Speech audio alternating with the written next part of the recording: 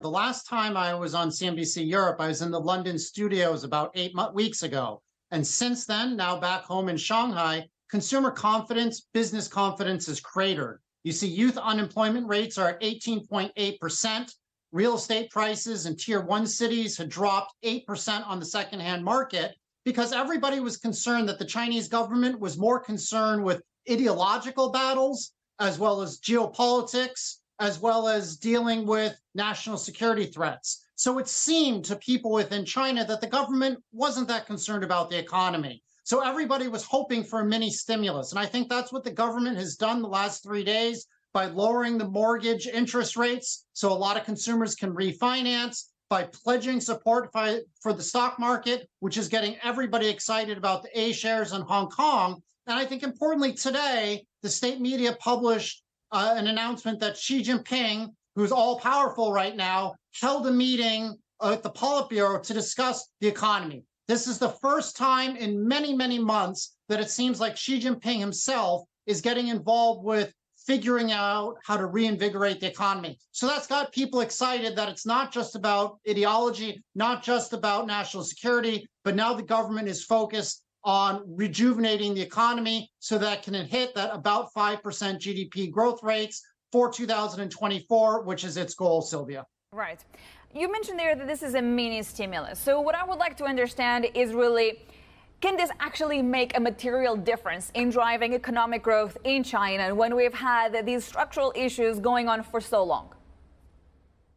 Let's break it down into two ways. I think this is going to help for the next month, at least on equities. So I've met with about 100 hedge funds in the United States and Europe in the last 4 weeks.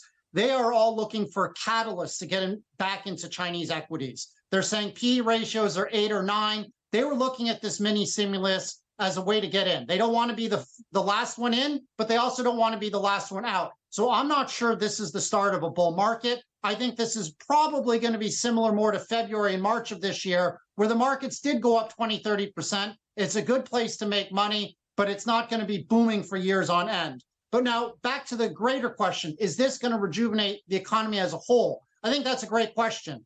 China's got to figure out how to reduce its reliance on real estate. Real estate accounted for 30% of the overall economy. They're now pushing Xi Jinping's new productive forces. So NEVs, batteries, solar power. But hey, as you've seen in the last month, the Biden regime has slapped 100% tariffs on Chinese NEVs into the United States. So has the Canadian Prime Minister Justin Trudeau. So what you're seeing is China's trying to shift, deal with the structural issues in the economy, go into new productive forces, but they're still being contained by the Biden regime and Justin Trudeau. So I'm still quite negative on the economy over the next 3 to 6 months. This mini stimulus is enough to get the equity markets going, but I don't think it's enough to really boom the economy. In order to get that running, we need to spur consumer confidence. We need to get the Chinese consumer going out and spending again. They're not going to do that if they can refinance mortgages. Refinancing mortgages is great. They're going to save the money, put it into gold, put it into time deposit.